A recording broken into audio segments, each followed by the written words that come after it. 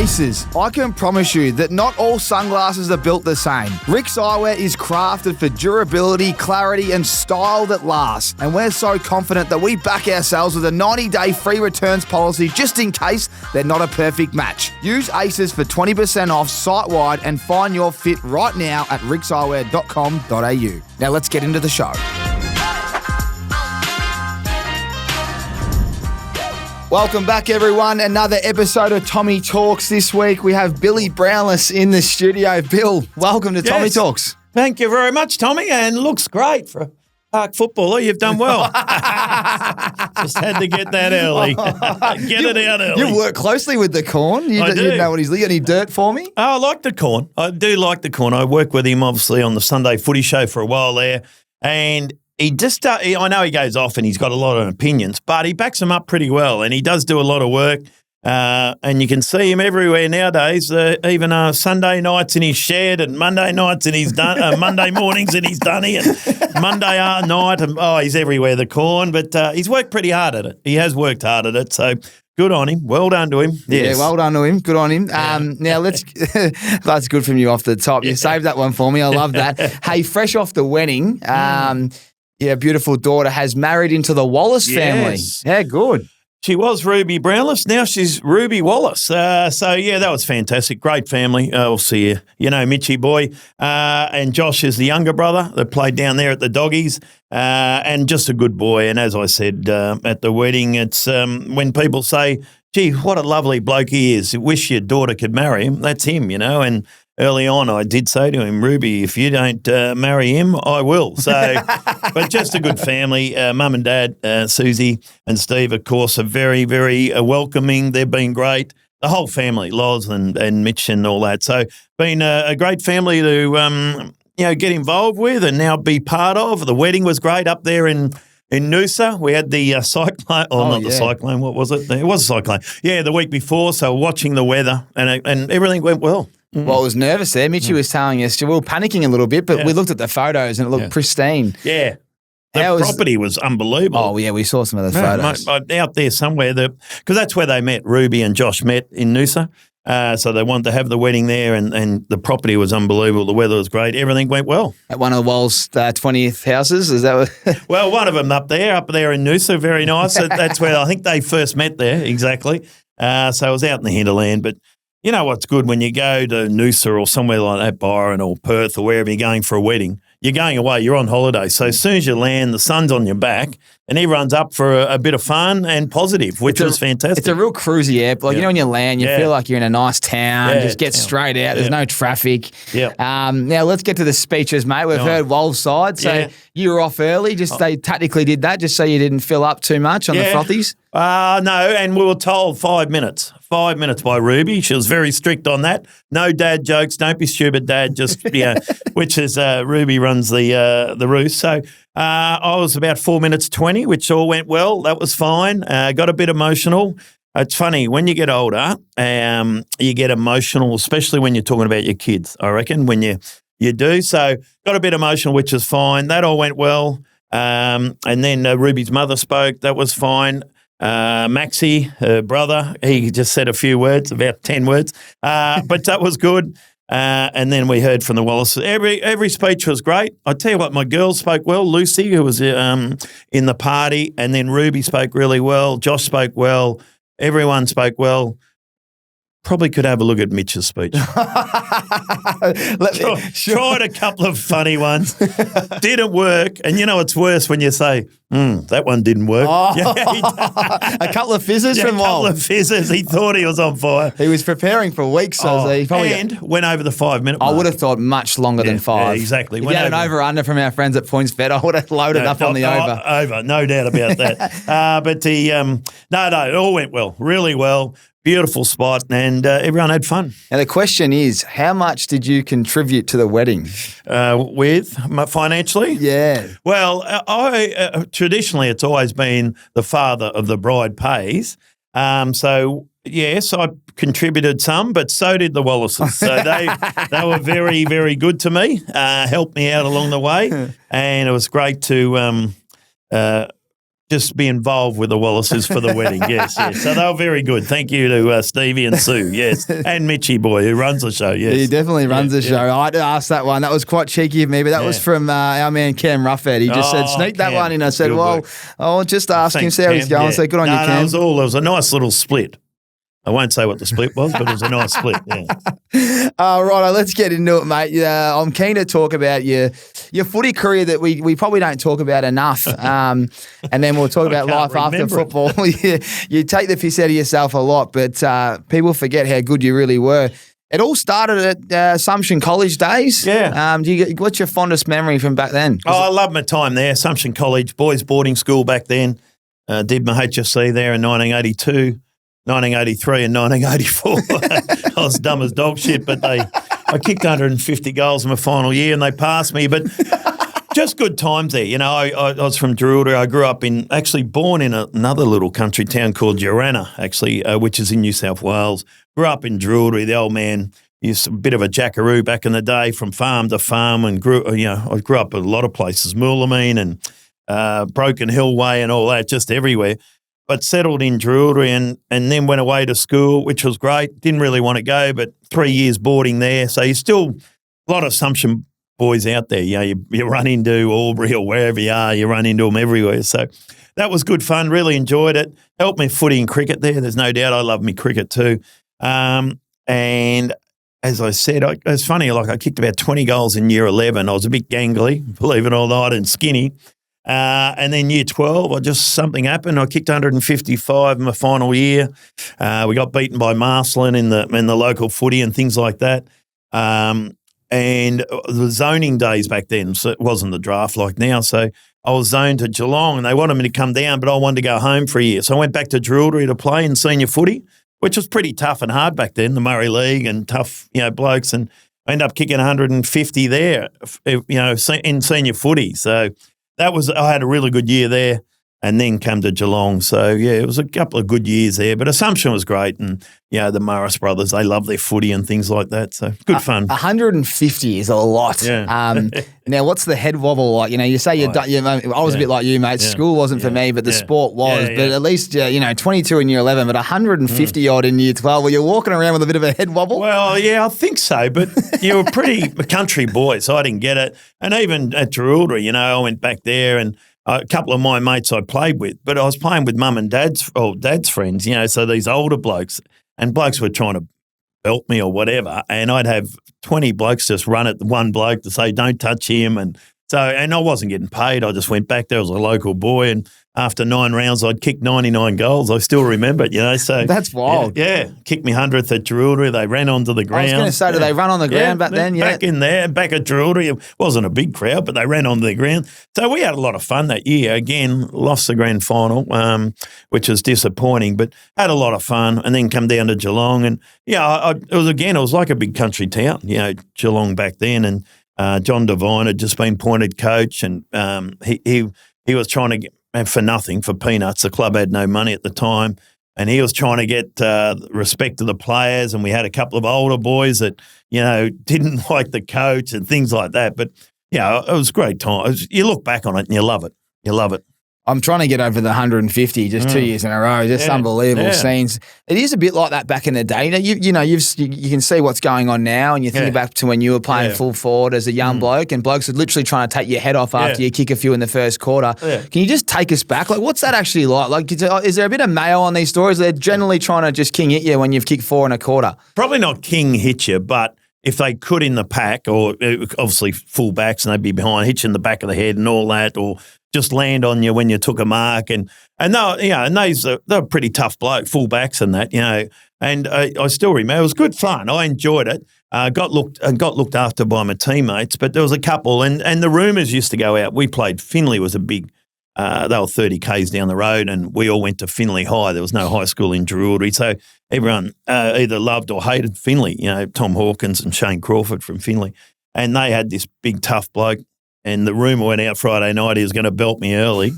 And, of course, you hear that, that just floats through the town. And I still remember, and I was just watching where he was on the ground, and you'd take a mark, and Anyway, he come near me there at one stage, and I reckon 5 blokes just grabbed him. We had 3 brothers in our side, the Bryce brothers. So one was a ruckman, one was centre back, the other one was, and they just ran straight at him, mate. And there was no way he was going to go near me. Even the coach, Mark Lambert, who was a tough bloke, he was going to belt the shit out of him, all that. So they all just come at him, said, don't you? So it was just that good.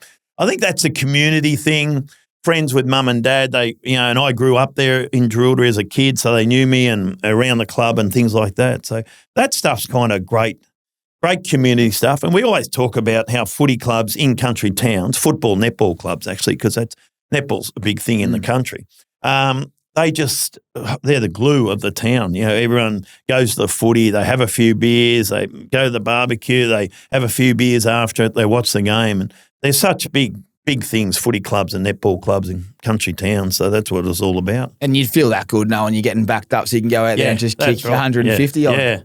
Yeah. Got the odd hit, which wasn't, but certainly helped me. As a kid, you get belted around a bit. There's nothing wrong with that. You're playing senior footy. Yeah, exactly right.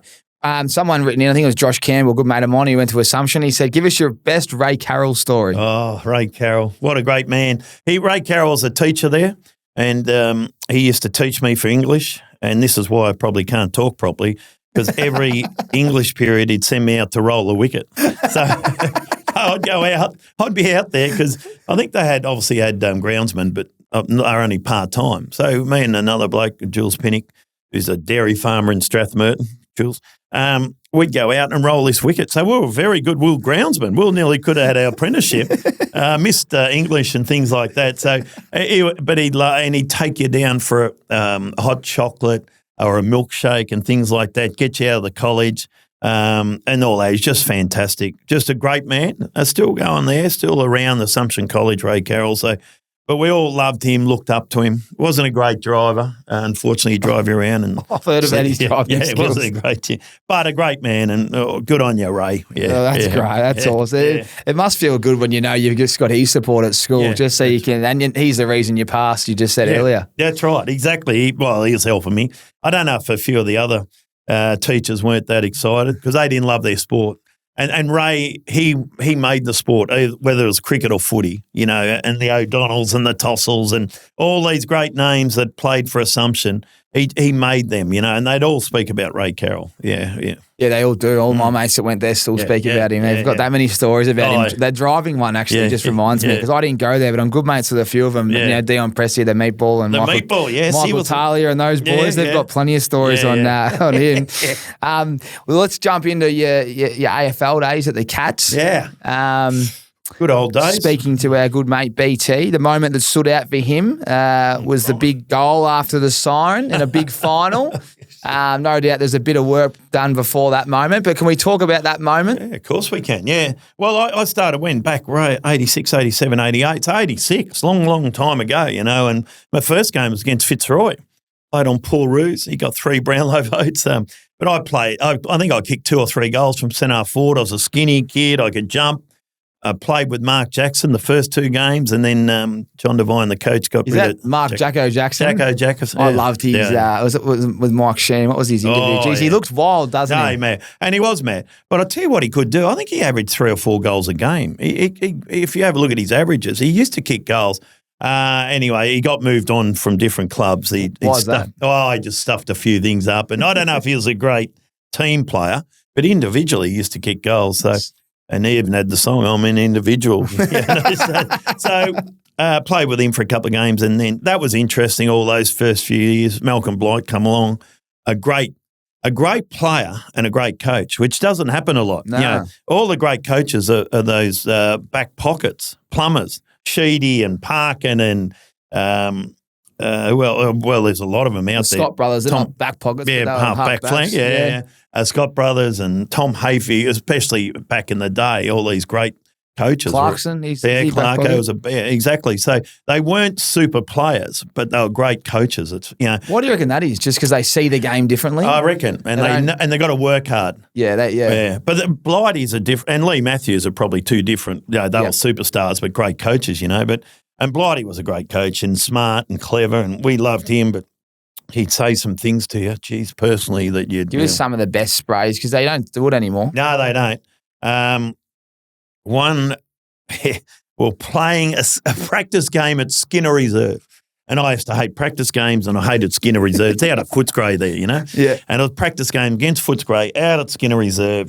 Shitty, couldn't be stuffed. Anyway, we play, I don't know if we won or lost. Anyway, the Monday, I didn't know it was being taped either. It was the old VHS tape, so I didn't realise this. Maybe a few more efforts if you had known. Maybe, yeah, or a lot. We get in, meeting on the Monday. Blighty come in, he wasn't talking to anyone, he was shitty, and he had the VHS in his hand, puts it in the TV, and he says, and when he was shitty with you, he wouldn't say your name, he'd call you by number, right? Oh, wow. Yeah, so g'day boys, yeah, practice game set, well done, great. I just want to show you a few shots of the game here. We've recorded it, so just watch player number 16. And I'm sitting there going, oh, shit, I'm trying to think what I did. Did I pull out or, what happened and all that? Watch player number 16 here, boys. Sure enough, there's a boundary throw in. It's on the half-forward flank. I'm about 5 or 10 metres off the pack with my opponent, but there's a plane flying over because it's at the airport, right? And I didn't know I did this. And there's this plane flying over, and I'm standing there, the ruck throw-in's here off the boundary, and I'm watching this plane just like this, watching it fly over, mate. And he's going, look at him! Look at him! He's not even worried about the game, he's worried about, oh, mate. And then watch it, then he rewind it. We watched it again, the boys are in the room going, oh, shit, Bill, you're in trouble here.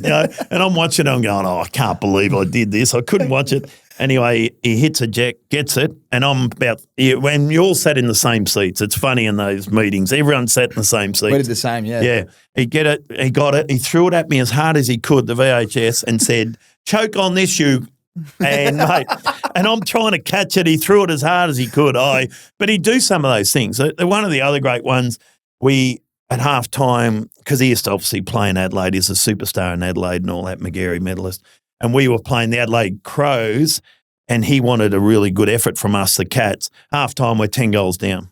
So he cleared everyone out of the rooms, everyone out, just the players, and got us into you used to have this little room, the rev-up room, before you'd run out. And it was a tiny little room, smaller than this, and had a couple of seats, tiered seats and that. And one of the great stories, he got us in there, just the players and him. He's up the front. There's a whiteboard there. And he's filthy, right?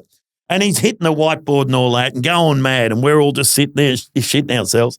He walks over to the light switch and he turned the light out. So it's pitch black dark in this little room, and you got a madman out the front, and you heard him hit the whiteboard at one stage, and you hear the watch fly off like he was mad. He's going berserk. But then he shut up, and it's quiet. And you're in there and you're going, fuck, where is he? Like, where is he? Is he over here? Is he there? And then he'd yell from there, rah, rah, but you couldn't see him. Oh, your ears are burning because you're trying to. And then he turned the light on. The whole front row were in there, like had their hands in their heads. But he'd just do stuff like that. He was mad, eccentric, but geez, a great coach. Did you respond after half time? No, but he used to do things. Oh, Jesus, he made us. Another game at Footy Park, back in the good times at Footy Park when we played Adelaide, he made us run out to the ground early. We did our warm-up. Then and it's on TV, this one, a guard of honour for the Adelaide Crows. 10 Geelong players this side, 10 Geelong players this side, out the front of the Adelaide race. They ran through with a guard. We had to clap them onto their own ground. Reverse psychology, this was. Nigel Smartass was the last one to run through. He gave it to us, fair enough too. So we clapped them onto their own ground. We kicked the first 2 goals of the game. Blighty, this is going to work. Well done. We got beaten by 16 goals that day. 16 goals. And that backfired too. So, that would have backfired big time in the press. Oh, mate, imagine us lining up. There's a photo of us lining up as the Crows run through. That's unbelievable. Were you boys going? Like, there's a few of you going, I don't know about this. No, mate. What's going on here? What are we doing, So, but he's done some, as you saw when he coached Adelaide, like, he's walking, remember he had them all facing in the circle. Who's the weak bloke that pulled out that didn't have a crack? Weakest thing walking around and stand in the middle, step in the middle of the circle. No one would step in. And he went around as a little bloke. I can't think of his name. And he just pushed him into he pushed him in this. Oh, he was mad. But we loved him. We loved Blight. Yeah, that's great. Yeah. These old school stories are cracker, mate. He was mad. That's some good stuff there. Back to the goal after the siren. Can you remember them? That's all right. I'm glad you didn't get there. That was amazing. Did you remember it? Like, I know it's a long time, but is that a moment that you just will never forget? Can you see vividly what happened? Remember like the moment? Obviously after the siren, it's just. Can you take us back? Yeah, of course. Well, there's a few things stick out. Grand finals, 4 grand finals, lost them, but you still remember the grand finals and the goal after the siren. And it's just one of those games. I'd had a pretty quiet game, to be honest. I was on Danny Southern, who was, had the rat's tail. He's mad, isn't he? Mad. Well, I think he's doing player welfare at Freo there for a bit. Well, he was on the ground mad, but a lovely bloke, And, the boys loved him. Yeah, tough and hard and all that. And he did say earlier, if you touch the ball, I'm going to belch you in the head every time you do it. So I kind of listened to that. And I'd had a quiet game, and I reckon there was 16 seconds to go. Richard Osborne had just kicked a goal for the Doggies. This was in a final, MCG, Friday night footy, and they were a point up. So 16 seconds to go, Barnes down to Buddha Hocking, to kicks it to David Minch. Minch marks it. We're down to 10 seconds or whatever now. And I let out. I just used my great pace and got away from Southern finally, took this mark. The siren goes. So 50 or 60 metres out, siren's gone, and we needed a goal. So goal to win, a pointed-only draw. We'd play another 5 minutes each end or whatever it was. So we needed a goal. And this is what you dreamt about as a kid. All kids dreamt about kicking the goal after the siren. So I've just gone back. Didn't take too much time over it. I knew what I had to do. I knew I had to kick the goal. Tony Liberatore was saying things about my family that I never knew my family could do, by the way, Libber. And went back and just bang. And it was the greatest feeling ever, looking up, ball just coming back beautifully through the middle. And then I just took off. I don't know why, but I ran. I ran like who kicked the goal for Australia at the Olympics in the soccer? Aloisi. Oh, Aloisi, yeah. But I just ran. I'd never ran 100 metres at the MCG. And John Barnes caught me and kissed me on the lips. And you don't want to be kissed on the lips by Barnesy, let me tell you. But they're just great moments, And, and then you wake up. I remember we're all on because we used to get the bus to the footy as a team. So we get the bus and there'd be cans on the way home. We're all drinking and carrying on and singing and sing songs and shit like that. It was good fun. And then I reckon I wake up at 4 a.m. thinking, shit, what happens if I would have missed? Things like that. That's you start thinking about that. Probably good that you didn't take much time off it and just went bang. Bang, went back, bang, looked up, goal. So, all those things, they're great. They're great memories, and you store them away. Would have been nice to win a grand final, win a premiership. But does that hurt you still? 89, Malcolm Blight's first year as coach, we'd been 3 years under John Devine. He tried his best and did his best. Then Malcolm Blight comes along. We're a young side. There's Barry Stoneham and Robert Scott and all these young kids playing, Paul Brown. And, mate, we're only a young side. And all of a sudden we're in a grand final playing the Mighty Hawks, who I think hardly missed a grand final in the 80s. So, and we probably didn't prepare as well as we would have or should have. But we're in a granny, and all of a sudden we're, geez, wow, how good's this? And it was one of the great grand finals, 89. We got beaten by 6 points. It was like 20 goals to 20 goals. Yeah, entertaining. Yeah, it was entertaining. It was tough and hard. And Yatesy ran through Dermot at the centre bounce and blokes were getting injured everywhere. And Ablett kicked 9. I thought we did a good job, me and him. We kicked 11 between us. But he was on fire. So it was one of the great games. And in the end, we lose by 6 points. So that's 89. We think, oh, well, we'll be back. 92, 94, played the West Coast Eagles.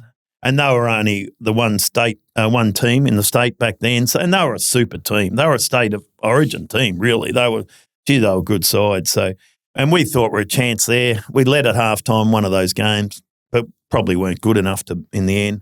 And then 95 played Carlton, who we thought, they're getting a bit older and a bit slower. And it was a hot day, grand final day. And Justin Madden was unbelievable. Greg Williams, all the old blokes stood up and they were fantastic. And they only lost 2 games that year.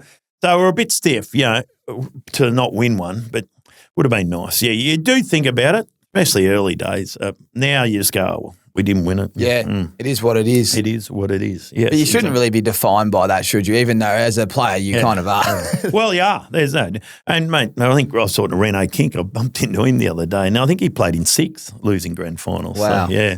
So Yeah, but you'd love to win one. You'd love to be a premiership player. You know, Yeah. just one of them would have been good out of 4. I know some people just don't lose them as well. They just win. They just win them all. Oh, it's unreal how it works. You know, so but you move on. But in saying that, you've been a massive figure for the town, and seeing them win them, you've seen a lot of success since. It must bring a lot of joy. Well, that was the thing. And then I worked at the footy club when I finished. Finished up there at the Cats. I worked at the footy club for a while, and I was kind of there in 07, you know, when because they hadn't won one since 63. So there was this build up, you know, at Geelong, and they had the pyramid collapse. So it was a lot of negativity, I suppose, around the town. But they still loved the footy club. They always loved the footy club, even if they didn't barrack or, you know, weren't members of the club. They still loved the footy club. It was great for the town. And then we got close there a couple of times, but, you know, they hadn't won one since 63, and then 07 was just unbelievable to win that, and I was still involved with the club a bit, and it was great obviously great for the team and the players and Bomber Thompson and all that, but it was just great for the city. Yeah, well, you could see the emotion. Do you remember the siren going? The siren, yes. They'd win them by about 80 points. It's funny, being Geelong supporting Port Adelaide, they won by 119 or something, I reckon. But I reckon they were up by 80 points at 3/4 time. And not all Geelong supporters, but some of us said, geez, if they kick 12 goals in the last quarter, they can still win Port Adelaide. That's how you're thinking, you know. But they won easy. Still remember them kicking around the back line, and the siren went. It was just, it's more relief, I think, that finally they won a premiership. There's been a lot of hard work there. As you know, at footy clubs, a lot of hard work from everyone, and you finally get there. Yeah, and you love seeing a team and a town get success. Like you think about when the Doggies won, I don't know what year that was, 16. I think Saints are still looking for one. They've been a long time. Obviously, there's, Freo, the team I played for, they've been close, but they haven't got one. I think it's almost 30 years now. So it's hard. They don't give them away. That's the thing. They don't give them away. They're hard, and it takes a while. You got to build up. There's a bit of, you build up, and you got to be thereabouts. And and then they won 7, they won 9, they won 11. They're away again. So what was the hardest thing about losing the 4th one? Like, is that the hardest one to cop? Yeah, I reckon, because that's when you just don't want to walk down the street in Geelong or go anywhere or go to the pub or whatever, because a lot of people were disappointed, obviously. As I said, 89, a great game. Everyone thought we'll win one. 92, 94, they might have thought, West Coast just too good.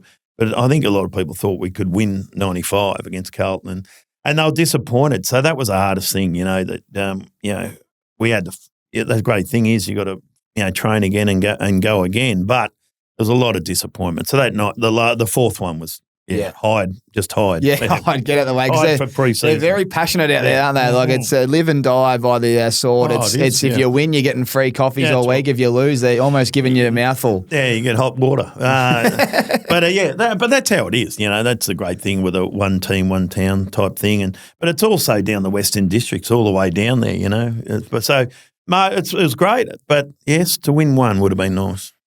Now, you got to play alongside Gary Ablett. Yeah. Do I call him Gary Ablett Snr, or is it just Gary Ablett? Senior, isn't he? Well, two of the greats of all time, which is just unbelievable, both called the same name. Yeah. But he was a terrible trainer, poor old Gaz, just a terrible trainer. He'd run 2 laps. He would have 30 or 40 shots on goal because he knew he had to kick goals. That's what he was getting paid for.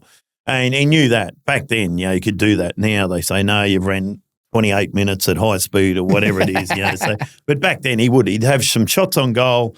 He knew he had to kick goals. Never did any weights, but he was unbelievably built, and things strong. like that. Yeah. Anything indoors, he was unbelievable at. Indoor cricket, he'd actually value his wicket. He wouldn't give it up.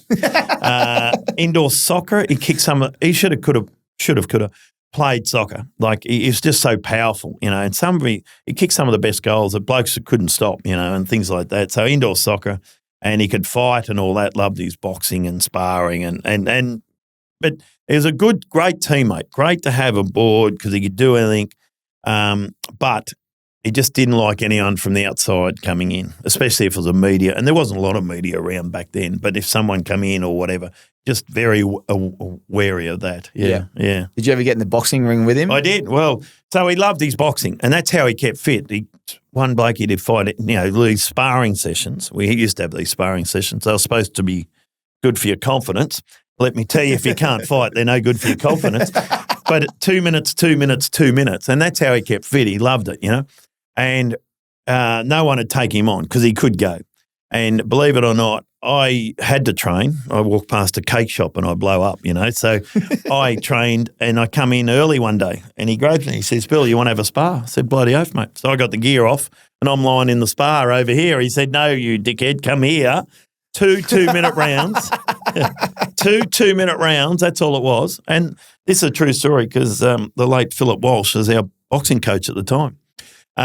So you put the gloves on, you put the headgear on, 2 2-minute rounds, here we go. And Philip Walsh had this little machine that goes off, so you knew 2 minutes. And the first round was all right, just throwing a few, and you think you can fight. When you put on the gloves and the helmet, you actually think you can go, and you're doing all this, and he's looking good. Ding, ding, ding, the bell goes. So that's all right. I got 2 minutes to go, shower up home. And then he starts doing the Muhammad Ali, dancing around. So I'm watching that, and he go bang, bang, and he's starting to throw a few, and he's looking good. True as I sit here, I throw this left jab that hits him on the chin and drops him.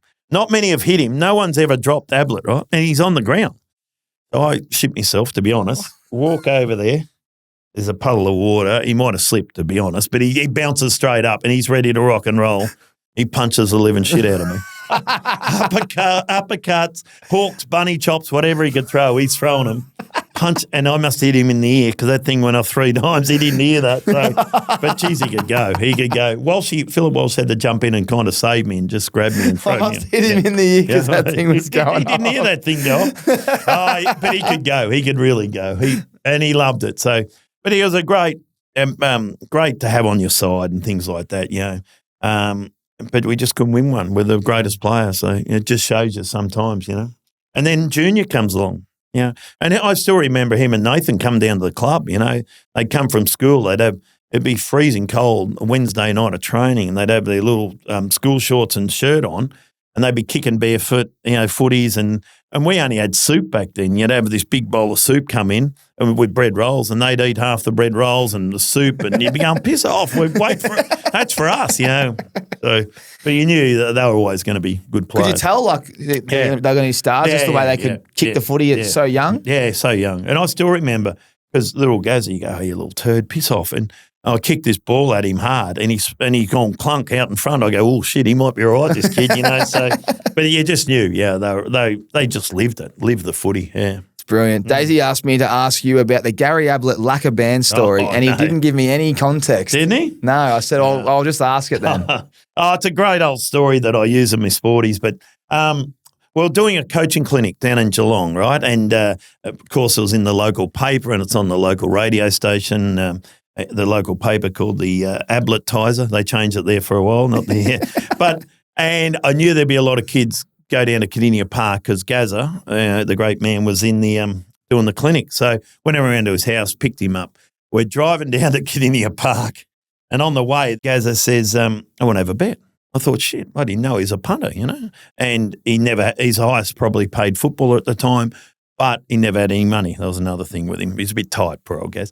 Anyway, we walk in and he boxes up 4 horses and he goes over to the girl behind the jump and he puts on his bet and he says, hey, Bill, you got any money? I should have known, right? So I had $30. I give him $30. He boxed up 4 horses, box trifecta.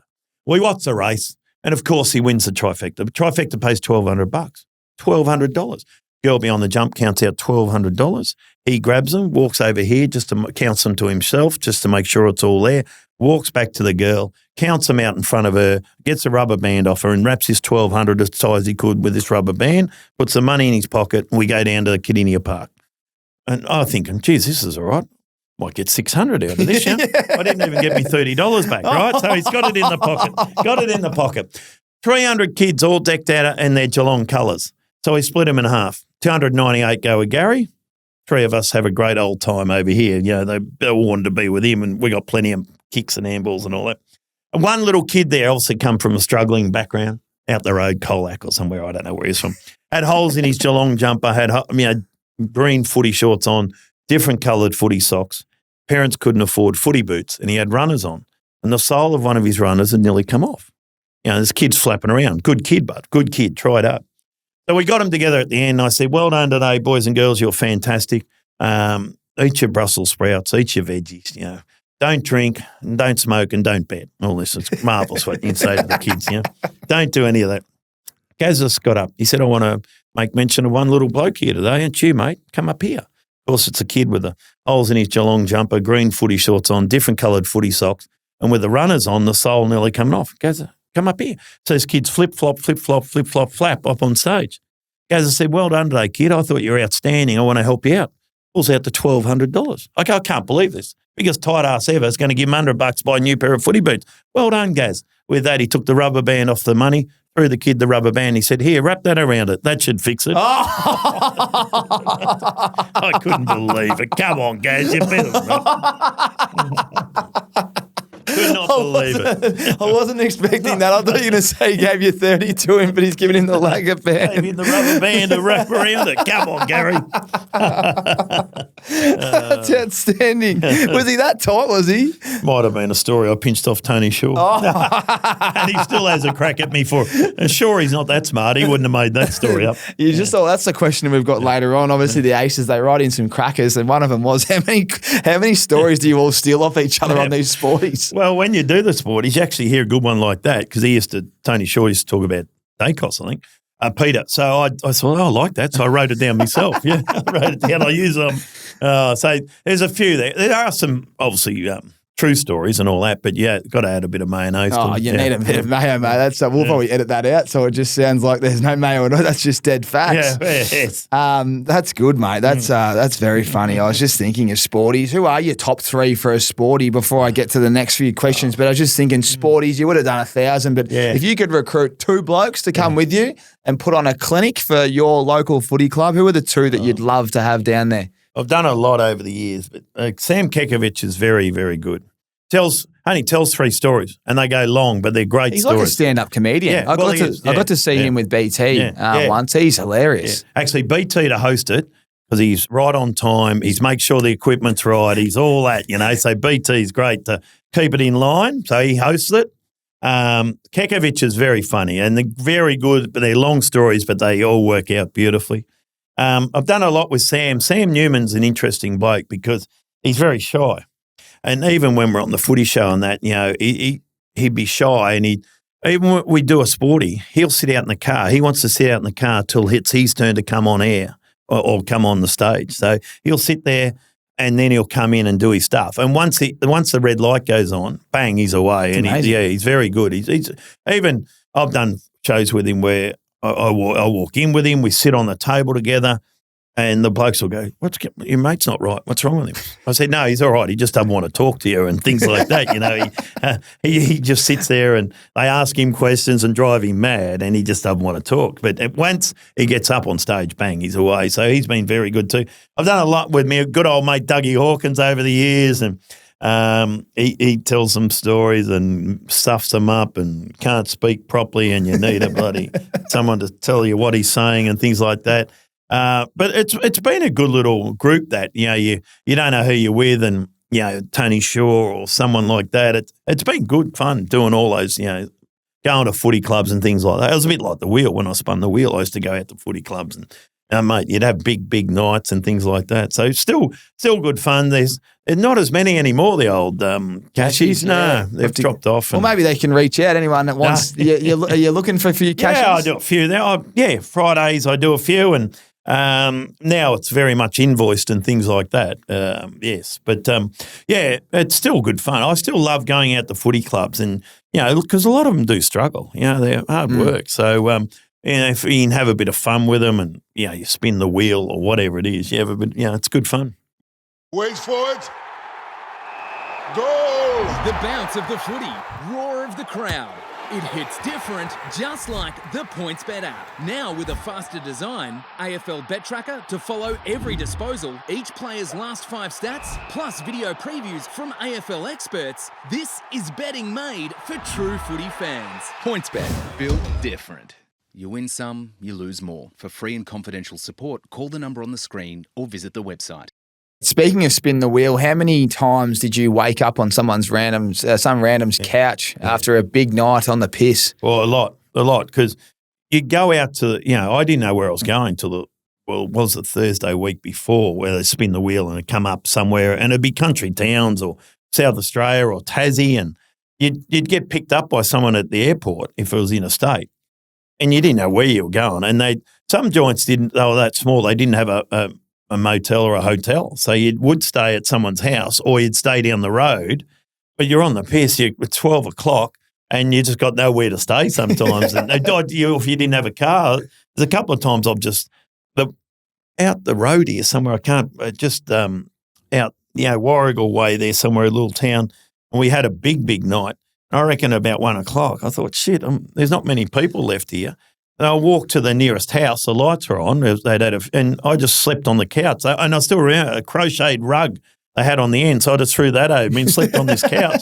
And I woke up and there was a lady she was fine. She'd been it the night before. She said, "Do you want some bacon and eggs, Bill?" I said, "Sure, no worries." So she cooked up some bacon and eggs, and then I walked back to the club. My car was there and drove home. That's unbelievable. Yeah, it's just that happened to things like that. But they were very inviting, and you just jump on, sleep on the couch, and away you go. Yeah. Brilliant. Do you miss those days?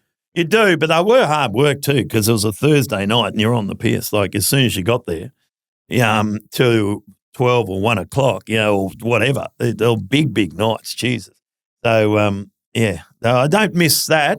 It was still good fun, but the whole town was there too. That's what I think Channel 9 kind of missed. They didn't realise how big these wheel segments were, because it just wasn't the footy club and the netball club. The whole town would be there because they were going to be on national television. Yeah. So the butcher would donate 100 snags. He'd get a free piss, and but whoever else, the mechanic and everyone else were in the town. The publican, he donated a keg, so he's there. It was great. It was really good fun. Good for the town. You would have met so many people. There's no one that would have covered more Ks than yourself. And I've got the worst memory, so you forget. You just call them Coco. Yeah, it's Coco, all that. But you'd meet legends, the best shearers or whatever in the town or in the area, or the best footballers, or could have been superstars and things like that. It was unbelievable. Yeah, the Footy Show was unbelievable, mate. Growing up, it was a big part of my life. I just sit there and I just used to love it. I think I still miss it now. I think it's look at some of the clips back then. Some of the stuff you guys used to say and do is hilarious. It was an institution, because back in the day, you had Eddie who was breaking stories. Damo was even breaking stories back then. Trev was funny over at the bar. You had Sam being Sam. It was live TV. And you saw this was the first time you saw the teams and things like that on the Thursday night. Now it's all changed, obviously, with social media and that. So you'd see all that. They'd have stories. They'd talk to the best players. The teams were out, things like that. People would rush home to watch it. It was like 90210 and all that, the good old days. And people would rush home to watch it, and it was good. It was good fun to be involved. It was a great time to be involved, because Eddie was flying, Sam was flying, everyone was flying. Croft was flying. Croft was being Croft. And that's the thing that we got in a bit of trouble with, being live television. You had Sam being Sam, and they'd say, look, don't mention Tommy, don't mention about him being a park footballer. And first, Eddie going, here, Tom Sheridan coming, the park footballer. Mate. So they worked out never to say to Sam, don't mention, just let him go. And then you had Croft being Croft, and anything could happen with silly Shane at times. So, and then you had that, his rides and his walk, which are some of the most unbelievable things I've seen a bloke do. Shane to go to Perth, ride to Perth, or that run he had from Adelaide. And when he came into Perth, we're on the panel. I've never seen a more emotional shot bloke in my life. He was done, because as he said, when he goes along, he meets all the breast cancer survivors or dads or kids that have lost their mum and things like that. So that's very emotional for him. And you go past those crosses on the road, where people die. And mate, he was shot, and just an effort, unbelievable effort. Everyone was in tears that night. It was unbelievable what he did, Croft. Things like that. Then we'd have some really good stuff like that. We had Big Bill's house where no one had listened to me and things like that. They had some great things. It was fantastic. Mate, you nailed it. Yeah, and even the stuff you did. I watched the doco actually that you put together. That was awesome. Well, having you forget a lot of it. Yeah, too. like when you were naked running through and you got your balls flopping around. And in Germany, in Germany. Like, that's a cracker. Like you couldn't do that now, could you? Nah. Well, you still can't, I don't think, because we set it up in the car park, and I still remember we had a German audio bloke with us. I don't know where he was going to put the audio because I was naked, totally naked. And he said, no, because we're in the car park. And it was interesting because it's a car park, but then there's this nude park where people used to go at lunch and they would take all their clothes off, put them in a pile, and they'd eat lunch. It was a nude park. So no one really, to be honest, gave a stuff about me running through there or limping through there because everyone was nude. But it's this car park big where I jumped out of this white van, nude. I had a hat on, I think, if I remember rightly. And running through there, that's where this bloke said, no, you can't do that. No. Well, we did it. And just, things like that. I don't know why, but we were over at the World Cup. You're all excited. They're looking for bit of colour for the things like that. So, no, it was great fun. And it's when you're with the lads as well, you're all feeding off each other. It would have been some of the best time. I mean, you get that with the footy club, and you kind of had that with that crew as well. Well, because when you play footy, as you know, it's very much you love all that with the boys, the training, the hard work you do, everything you do, and you kind of miss that when you finish. So to have the footy show was like a bit of a team. You know, we're all team, we're all good mates, and we all were looking after one another, but having a bit of fun too. So it was just good to still do something like that. What was your favourite memory from the footy show? Like, what was the thing that stood out the most? Or the funniest thing that happened? The Germany run stands out the most. That's what my kids didn't like, actually. You don't realise that, how much it affects them probably. The Big Bill's house, when I was in charge of this big, but none of them, I'd say, this is Big Bill. Like, fuck, shut up, Bill, fat, shut up. And they wouldn't listen to me. What else? Just some of those things when you look back on them, you know. But one night there when they come on and I wasn't on the show, I'm sitting at home, and they used to break stories. They go, we're going to cross down to Geelong. Someone has signed up with whiskers. When Buddha Hocking was whiskers, like I could not believe. I'm watching the telly at home going, what's going on at Geelong? What's happening here? And they crossed down to whiskers Hocking. That was unbelievable. Stuff like that. You know? It's crazy. Good marketing that. Yeah. I think the club got $100,000. I think Buddha got 20 or 20 grand. The club got 70 and 10 grand went to the Lost Cats home or whatever. But that's a good deal, isn't it? Yeah.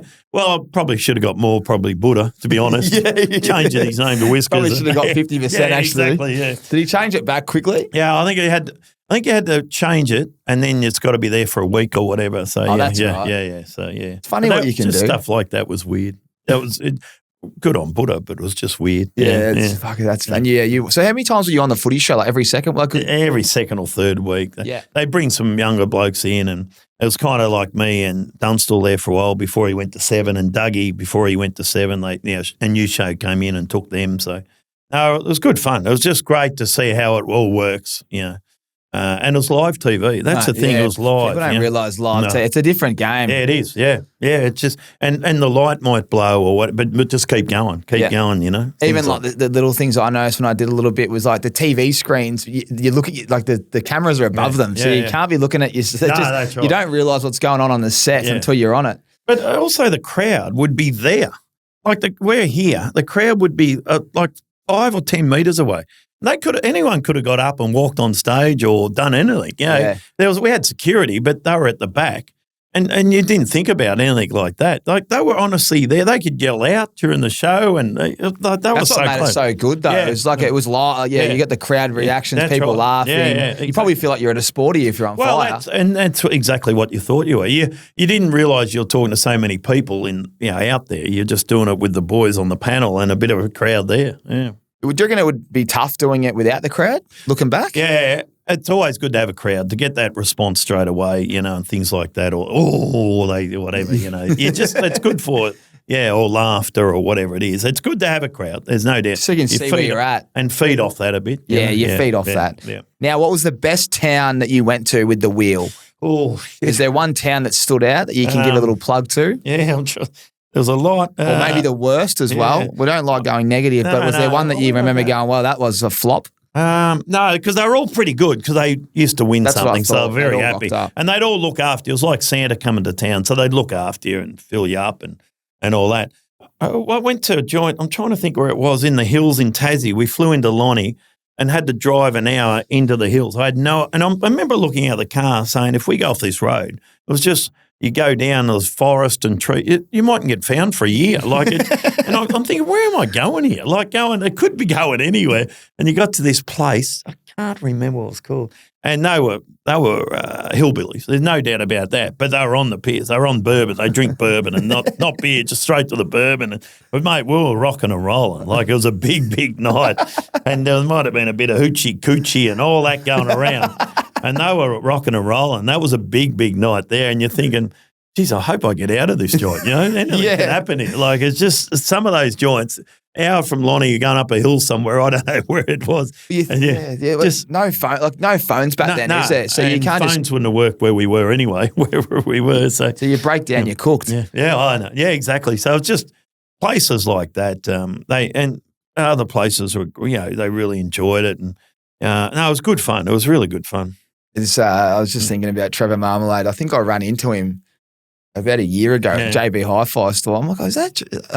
Just walked past him, but I just thought he was that funny on the footy. Yeah. Just his one-liners and just something that you probably, some of the stuff he said, you probably, I don't know, it's hard to break down comedy. But there's a bit of a line now. You only need 4 or 5 one-liners during the show, just come to him, bang, that worked, back to the boys. And what I thought Eddie and JB did real well, just looking back, was they used to cop it for being, obviously for North and Pies, but they'd cop it. They wouldn't. They just go, all right, well, we'll be back after the break, and you boys would get into him. That was funny, getting in there about Collingwood and stuff like that. That made it more funny. Yeah, that's right. Stuff like that. Exactly. Yeah. Well, mate, after football, I want to know, why did you go into pubs? Yeah, because I don't know what I was going to do. Blokes had T-shirts at the time. Blokes were doing T-shirts, and a lot of blokes had been into pubs. I had a good mate of mine. I still remember he said he owned a pub up in Drysdale, Dalesford. Always get them mixed up. Dalesford. So Dalesford, he says, come and have a look at this pub in Dalesford. So I went up there and stayed the night, that accommodation, and I'd got behind the jump, and the local cricket team were in and things like that. So. Which was good fun. I enjoyed that. Then one come up for sale in Castlemaine, so me and him got involved in that, and he ran it. He's a bit older, but he ran it. Clarkey is his name, and we're still partners now. So he ran it all. He got me involved in it, and then we had that one Castlemaine. We sold that. We come back to Geelong. We've got a couple of pubs there and a restaurant in Geelong now. So and to be honest, I don't work beyond the jump. I just turn up and.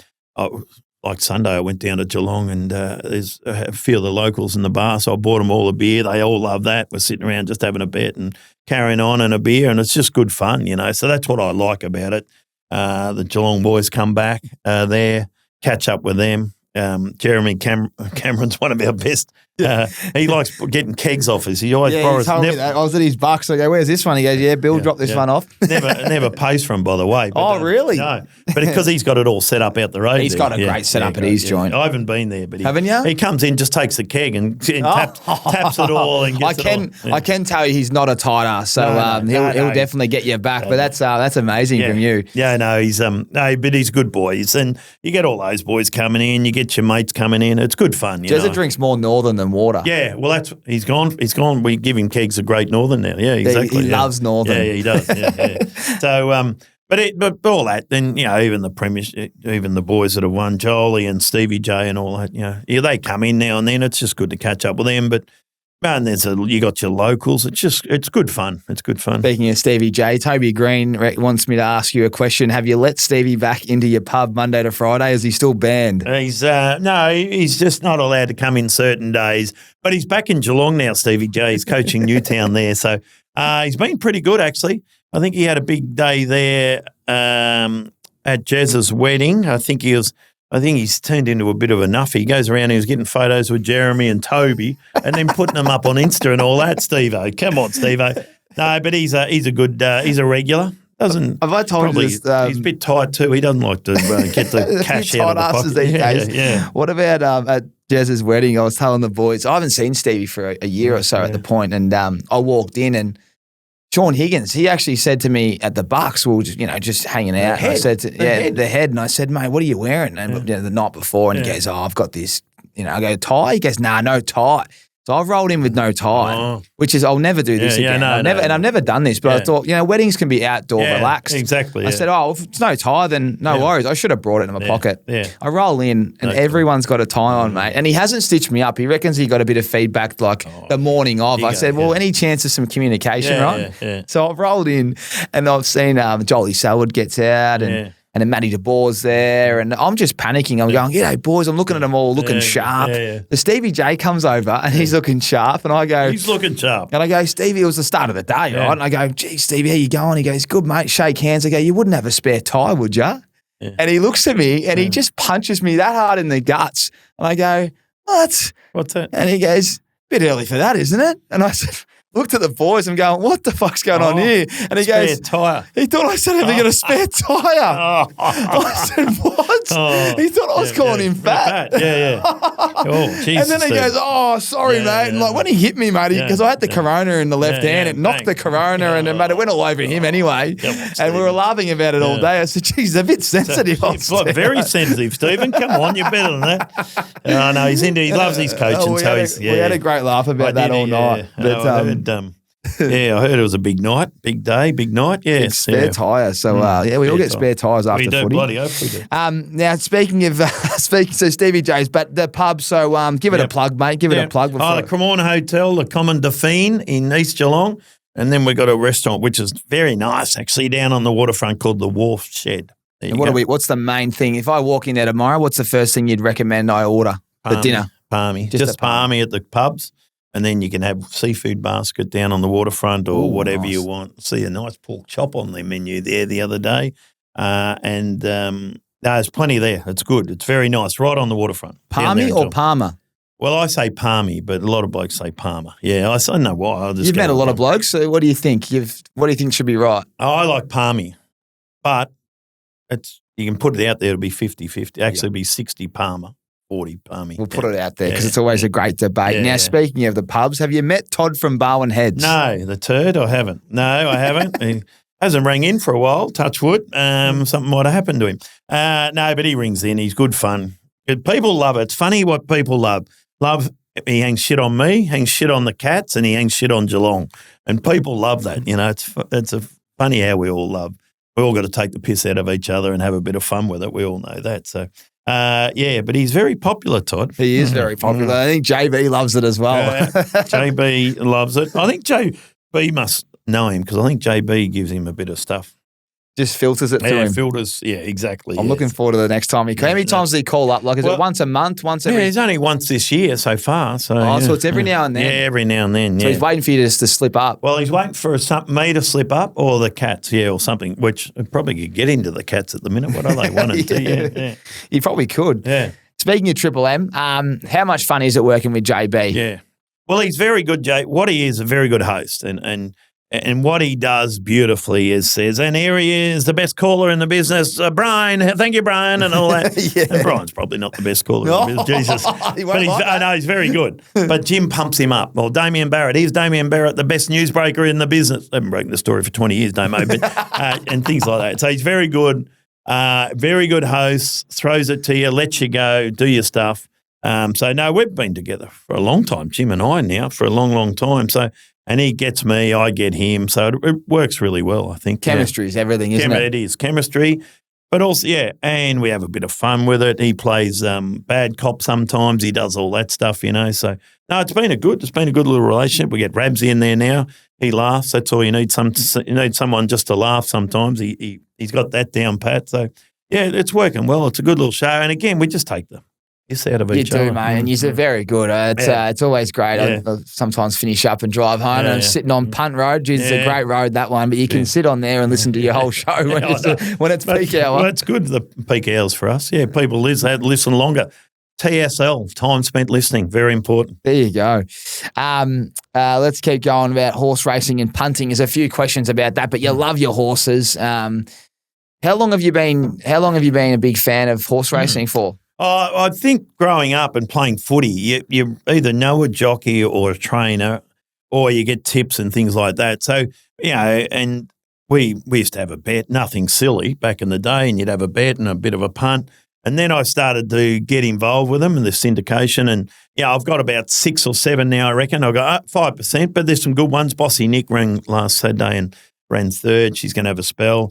Elphinstone's won a couple of good races. I had one with the Hinkley boys and Mark Hinkley and these guys. It's because you're getting some good groups, good boys and girls, and you have a lot of fun. We went up to Sydney together, and you get on the piss there and carry on. So there's been some good ones there, and there's some slow ones. That's part of it. But as long as you don't get carried away with it all, but the old syndication, 5%, you get an invoice every month. Don't worry, they don't miss you there. So they've got to win a couple, and if they can win one in Melbourne now and then, it helps, And everyone's looking for the Melbourne Cup winner or whatever, the Blue Diamond winner or whatever. But it's hard work to find that. But you can still have a lot of fun. I tell you what, it's one of the great feelings being at the course, on course when your horse wins, like at Flemington or Caulfield or somewhere like that. If you're there and it wins and you got everyone around you, it's one of the great feelings. I think Broady was saying, because they had, I can't remember the name, you might remember it, but it was favourite. Third in the cup. I should remember it. Is it Incentivised? No, it wasn't Incentivised. No, that was a good horse. Gee whiz, I've got the name in my head. I know the colours and everything. Yeah. Anyway, it was the favourite of the cup, and he was saying, mate, it's like grand final day. Just the buzz and the nerves and the feeling rocking up to the track. Obviously, you got the syndicate, all the boys are on it. Oh, mate, good horse too. Come second or third, please. Now, give us your best punting story, mate. Everyone's had a big win. Any quaddies, I've anything. had a lot of losses. PointsBet would love you then. I know. PointsBet actually have been very good to me. They give you a little bonus. Don't worry about that, yes, now and then. No, they've been very good to me. Our good friends at PointsBet there. Elliot, he's a very important man. He's a very important man. No. So what have I done there? I've had a couple of quaddie wins. There's been nothing that really stands out, which is disappointing. I had the favourite in the Blue Diamond about 2 or 3 years ago. We ended up with Kieran Maher. Blake Shin riding. It wasn't his greatest ride. And we're the favourite. We all went out there. It was out at Sandown at the time. We thought, how good would this be? Blue Diamond winner. And just ran 5th or 6th. It's so disappointing. But just the build-up. And you get nervous. Like you're playing footy, the butterflies and all that. And you're walking up and down. And then we're racing and you're in the race and you go, that was great fun. I haven't had any big wins. Well, big, but there's been some nice ones along the way. What are we? Oh, one of the greats is a mate of mine's a mad punter up in Queensland in the Magic Millions time, and he put us onto this horse which won them. She ended up winning the Magic Millions, but we were 3 months out, and it only had one start and it won. So we backed it, and Stevie J was part of this, and a good Geelong table of 10 went up for the race, and we were backing it 3 months out, and it won. And then we get it at 50 to 1, then it come into 20s and then come into 10s. And I reckon it was $500 short to get into the Magic Millions, the main race. And it ran the Saturday before and won, drew 16. So I was number 16. So drew wide, Magic Millions Day. We've had all this money on it all the way along, backed it on the day. And and we were about 150 we were in this air-conditioned big marquee on Magic Millions Day, and she went past us, and she was in front. Oh, what's the name? I've got to think of. And was in front, and this Gay Waterhouse thing coming up, flying behind it.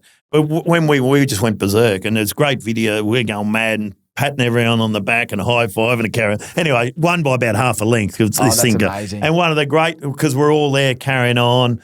Oh, mate, it was one of the great wins. And then all the money's coming into your account. Yeah. But you're thinking, geez, where is it? And it took a while and all this and things like that. But that was one of the great wins. And but to have everyone there and backed it from an early on it start. together as a group. Exactly. That's what's so good about the group wins. Oh, mate, that was really good. That was probably the best punting day. There's nothing better. Yeah. There's nothing better. That's why I love asking a punter what their best days are. Keep going. I'm going to find the name. I'll get the name. Yeah, we'll do that while I get up. So we love asking the aces a few questions. Hootson.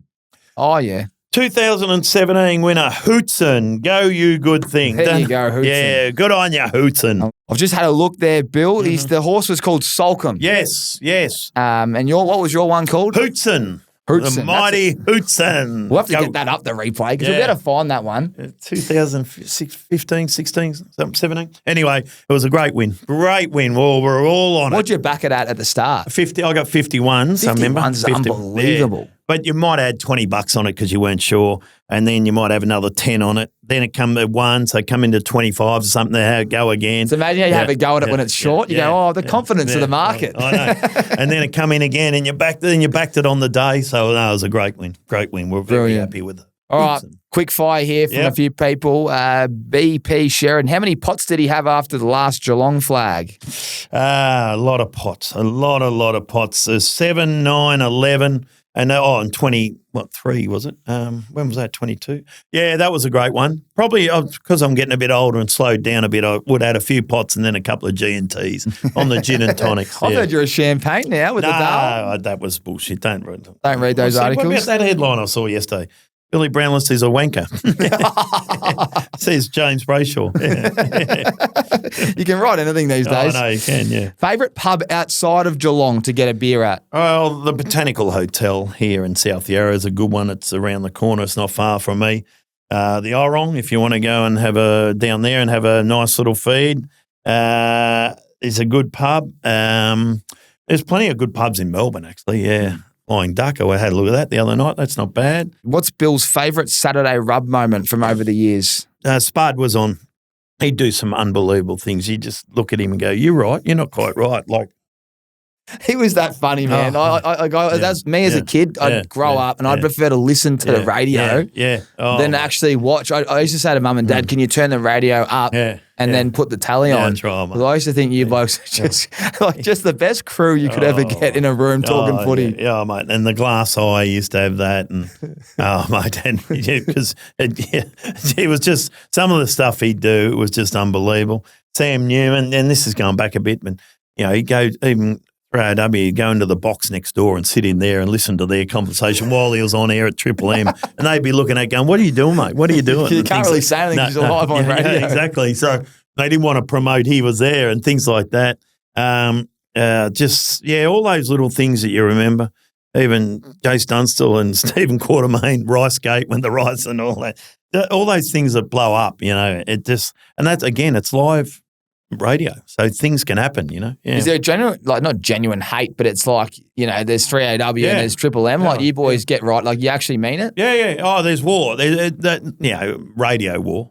SEN and Triple M and 3AW, it's on. It's obviously on because it's all about the ratings, and that's the only thing you can go by. The scoreboard is the ratings. So, and it's a bit like now Channel 7 and Fox Footy, like that's on. It's on like Donkey Kong. Don't worry about that. So there's a bit going on there. But it's all who can get the best footy shows and all that. So, no, that's on. Do you just get your ratings live every week? Like you go, "G'day, boys, well done last week," but you slid? No. Every 7 weeks. 7 weeks. 7 weeks. And that's the only scoreboard you really got, I suppose you can, if you put out a topic or whatever and there's a heap of phone calls, people are listening. But so these ratings are quite big, I still haven't found anyone that's filled out a form for the ratings or whatever. But it's very big, and that's what everyone goes on, and even – for advertising and things like that. That's what people go on. This one's a good one from Good Gravy. Why did you get out of politics? Good one, Good Gravy, yes. Well, I got sucked in because Jeff Kennett used to come down with we made his wife, Felicity, #1 ladies ticket holder of the Cats. So they used to come down a bit and they'd just sit there and drink wine and eat. And Jeff come with us. So I got to know Jeffrey pretty well. And there was an election coming up and I had to go to his office up there in Melbourne and talk to him about standing for North Geelong out there, which is very much a Labor seat. But he said, "I want you to get votes off him." And I didn't really understand, still don't understand it. So I thought I might have a go at it. So I had a chat to him. And then, of course, the media it wasn't the sports media, it was the political media picked it up.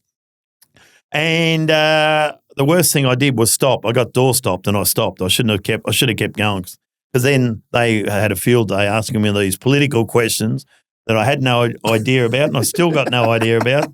And I stopped and I had to try and answer them. And as soon as that meeting was finished with the media, that was it. I had to ring him the next day and say, "I'm not doing it." Is that what you did? That was very quick. Yeah. I was kind of going to do it. It was good money. He's going to give me 2 personal assistants to answer the phones, do all that. but I just couldn't do it. That's unbelievable. So if you had your time again, just keep walking. Keep walking. Don't stop. Who is the best player you played with, but you can't say Ablett? Oh, yeah. Paul Couch, great player, Brownlow medalist. Used to get belted up every week and couldn't run off the South Melbourne pier, but just tough and hard and kept giggling and kept playing. And Barry Stone, he was a very, very good player. Could play anywhere. Had some great battles with Glenn Jakovic over there. And then you'd throw him in the ruck, you'd throw him on the wing, you'd put him at fullback. So certainly him. And the other, I'm throwing in Buddha Hocking too. He was tough and hard and skillful. And a lot of those blokes who were tough and hard couldn't kick, but he could do it all. You get behind those blokes, yeah. 4 best and fairest, I think, one of the Cats, and maybe 2 runners up in the Brownlow or something. He was a tough, hard bastard Buddha. I reckon he was coach. Was he coaching at Peel Thunder, I reckon, just before I got there? Yeah, he did, yeah. If you had your chance, what would you say to Todd from Bowen Heads? Fuck off and never ring again. All right, here we go. JW80. Ask him about when he buried a tin in his backyard with 10 grand in it. A cashy and put some cash away. Someone told me this. It's in the media. Might have the initials BT. And so I buried it, and that was fine next to this tree. But I planted about 6 of them, and then after like a year, I thought, shit, what tree? Which one was it? And I'd forgotten. We'd sold the house. I was selling the house, so I thought I'll dig it up and I'll take it with me, obviously. And I couldn't find it. I got my brother-in-law around, Mark. He helped me out. We couldn't find it. And then had to fly somewhere and do something, all that. And we sold the house, so I had to go back and knock on the door and say, oh one of my kids' pets had died and we'd buried it, but we need to take it with us. They're very still attached to it or whatever it was. And I got my brother Mark, and we had hammers, and we had shovels, and we had bloody everything. I said, we've got to find this. We've got about 15 minutes here, Marco. And we went hard, and he had stabbed it with this bloody pole, went straight through it and pulled it out until we found it. Oh, that's amazing. Tucked it all back in, did it all nicely, and knocked on the door, said, thanks, we got it, and off we went. So you found the grand. Found it, yeah. That's amazing. You can't be leaving 10 grand. Oh, no. They're just sitting around there. So I was just at the wrong tree. That's all it was. Yeah. And the last one is the Amazing Race. Yes. Talk to us about that, mate. Good fun. I'm not a traveller. I've never really been a big traveller. I went with Oscar, who played a bit of footy down there at Geelong and just didn't make it, unfortunately. And then he went travelling. He did his knee, actually, ACL. So he went travelling for about a year and a half. So he was a great one to go with. We went to South America, Buenos Aires, which was fantastic. Did all that. Walked up some mountains there, the Inca Mountains or whatever they are, very nice. Did all that. Then we went to South Africa and Johannesburg and had fun there. And then Namibia, Bangkok, and we went somewhere else, Thailand. So it was a great little 30 days to go with him, to be with your son for 30 days, 30 nights. The accommodation was budget accommodation. Sometimes it had 2 double beds. Sometimes it only had one bed, which Oscar put the pillows down the middle and all that. So, but it was good fun, great times, really enjoyed it. Had a good crew we went with. Bam Bam, the UFC fighter. And, he goes all right, doesn't he? He's good bloke. Ian Thorpe, never met Ian Thorpe, and good fellow. So it was just great fun. 30 days off work. I told work I'd be 1 or 2 weeks because I thought I was going to get the arse because I was limping around. The ankle wasn't going that well. But we got through it, and we end up finishing second, which is unbelievable. It's a great effort. Yeah, good effort. Yeah, so that was because of Oscar, but good fun. Good fun. Oscar's shoulders are they're still taped up, are they? He carried me the whole time. Don't worry about that. Yeah. What was the value add, you reckon, like out of 100%? Would have gone 94. 94 6. Oscar and 6 for me. I don't know if I did. I drove the car. That's all I could do. That's unbelievable. Jeez, Oscar must be a machine. Yeah, he was. Yeah. Good father-son bonding, though. Oh, no, and that's the thing, and I see Fev's doing it now with his daughter and things like that. So it was great bonding. Very good. Yeah, it was good fun. It was a good fun, actually. It was really good. Speaking of bonding, they reckon there's a family trip where you went snow skiing in Aspen. Yeah. And they reckon you were that cooked that you just went up the stairs in your boots and didn't take them off and just slept in them. I did. Well, then that is true. We we were in Aspen or somewhere beautiful there, and those shallows, whatever they're called, and you ski right in them with your skis, and then you can go straight upstairs, but you're supposed to take your skis off. And I'm a shit house. I can't ski, by the way. I couldn't stop. And I remember I took 3 families where they're just all around, and I'm yelling out to them, I can't stop, trying to, whatever you plough or whatever. I was hopeless. So I did a bit of it, and it was hard work. I found it hard work. Where the kids are flying around, they loved it. So I went in early because they had a spa. They had a pool and a spa outside, which was cold, but once you got in the spa, it was magnificent. So that's all I could think of. And I got back in, and because I've got a fused ankle, I couldn't get it out of the skis. It just wouldn't, the skis come off, but the boots wouldn't come off, and I couldn't get them off. So I just went straight upstairs with the boots on, laid on the bed, and I was going to take the boots off but I couldn't get them off, so I just went to sleep in the boots. So I had to wait for someone to come back and pull them off and things like that. But yeah, it was great to do it, the skiing and all that, in these great mountains or whatever we were, but no. Probably that's it. I've done it. Yeah, done it. Not being able to plough would be a big issue. No, not stopping didn't help. It's dangerous, isn't it, if you don't know how to ski? And then I reckon luckily we had helmets on, and I fell off at one stage, hit my head. Thought I would have been knocked out if I didn't have a helmet, because you don't know how to fall properly, and you're going quite quick. But the kids are whizzing past you, fuck. Anyway, no more skiing. Well, Billy, thanks so much for coming on the podcast, mate. I could sit here for hours, by the way. I think if we sit here, we need to make sure that you can get on Randwick or Rosehill today, because there's Tuesday racing. It doesn't have coming along every now and then. Obviously, suspended from last... with our good friends at Points. Yeah, you'll be sitting on the couch before Triple M. Now, mate, the Ricks Boxer Gold, I'll pass that to you. You've always been a big fan of the Rixies on the Sunday Footy Show. Thanks for all your support. Wow. Mate, pick out your favourite pair in the box. Righto. Whack them on, and I'll ask you a couple of questions. Right. What are you thinking? Because I got no idea. Oh, mate, you can't go wrong with the Soho cherries in the right. On the right, righto. We're going with the Soho cherries. They're cherry ripe normally, Bill. Yeah, good. There we go. Oh, look at that. Cool, man. How do I look? $1 million. In debt. You're looking at $1 million. There we are. Now, mate, who is the most fashionable player you've ever played with? Oh, geez, that's a good question, because down in Geelong, we didn't have a lot of fashionable players, to be honest. I'd have to say Bruce Lindner, because he used to come along to the footy. Then he'd go out walking, on the ground beforehand. He used to have the big coat, and we used to call him he got the nickname the President, because he thought he was a president. The real big, long one. long coat down to the ankles. So he was from Adelaide, so he had a bit of fashion about him. So I think Brucey Lindner was. There you go. What about the opposite? Who is a bloke that just had terrible fashion, that needs a little bit of help with their style? Liam Pickering, Bradshaw, Barry Stoneham.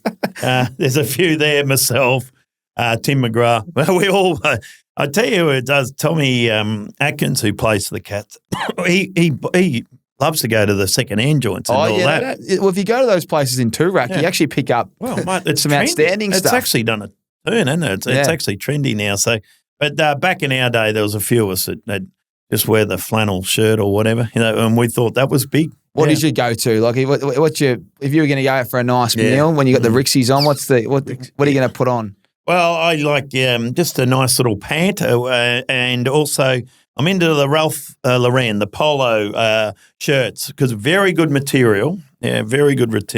Actually, the missus are buying for me. I don't buy them. But the white with the little blue badge, or I've got the blue one with the red badge. They're my two go-to shirts if I'm out to impress. Yes, that's great. And you said the missus. Great to see you happily in love, mate. How long has that been going for? It's been about 7 or 8 months now. Crystal, I met her at the footy. She barracks for the Cats, and she breeds horses, so she loves the horse racing. So doesn't get any better than that. A couple of big ticks there. That always helps. Yes, exactly. So that is a big tick, or tick. Two, or 2 ticks. Exactly right. Yeah. Oh, quick one. Coach's pet. Coach's pet back in my day. Barry Stoneham, Malcolm Blight, and Gary Ayres. They both loved Barry Stoneham because he could play anywhere. He trained hard. He worked hard. Certainly, Big Barry. Love it. And who would be most likely to be late to a team meeting? And if anyone was late, is there any funny stories? Gary Ablett, and he got locked out a couple of times, but you could hear him knocking.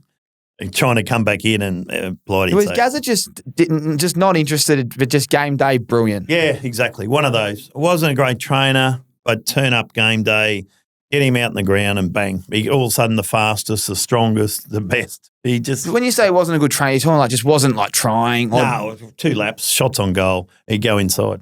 And the coach was like, that's him, that's fine. Well, he probably kicked 10 the week before, so they'd say, he'd go a bit sore in the hammy, or yes, go inside, Gary, do whatever you want, But game day, bang. That's unbelievable. Yeah, unbelievable. Well, mate, you've been unbelievable, and I just want to say thank you so much for jumping on the potty, mate. Tommy. Good on you. Yeah, big shout out to our friends at PointsBet for sponsoring this one. And, mate, all the best with Bossy Nick and all the other horses you've got. Keep up the good work. Coming up. We're in Adelaide in about 3 weeks. Well, put it in your black book. Are you coming over for Gather Round as well? Yeah, going to Gather Round, yeah. Beautiful. Well, this might come out that week. So happy days. If you're going to Gather Round, get to the Cumbie and we'll make sure we get on your horse that's running the week after or that weekend. Get to the Cumbie, exactly. I'm going down there for a couple of hours.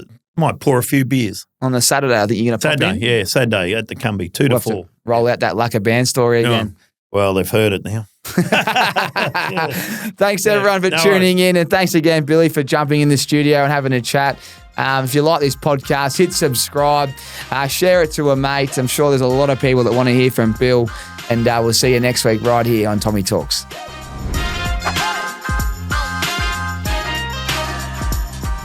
Aces, I know that's the end of the show, but here's a shameless plug for Ricks. It doesn't come without great value. Use our discount code ACES to get 20% off site-wide on us. And don't be worried about shopping eyewear online. We'll give you our 90-day free return policy just in case they're not the perfect fit. Head over to rickseyewear.com.au and find your fit today.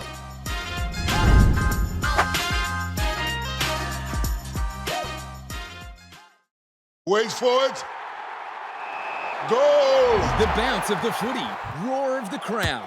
It hits different, just like the PointsBet app. Now with a faster design, AFL Bet Tracker to follow every disposal, each player's last 5 stats, plus video previews from AFL experts. This is betting made for true footy fans. PointsBet, built different.